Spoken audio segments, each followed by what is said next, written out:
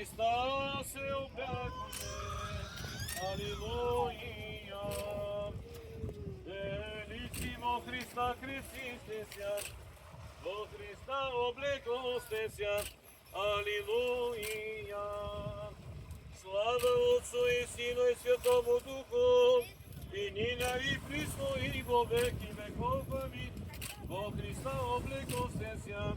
Алилуя. Премъдро да стане благовейно, за да слушаме Светото Евангелие. Мир на всички. Ще се чете и Светото Евангелие на Светият апостол Евангелист Матей.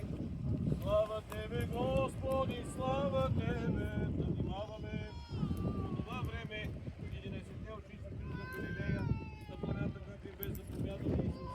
И като го видяха, и като се някой завика, и като се приближи, и Исус заговори в речи. Даде ми се всяка власт, да ви приятел.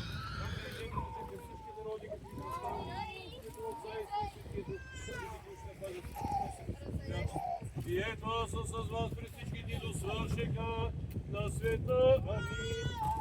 Слава Тебе, Господи! Слава Тебе! Хайде, супер Евангелието. Може ли? Туди го малко.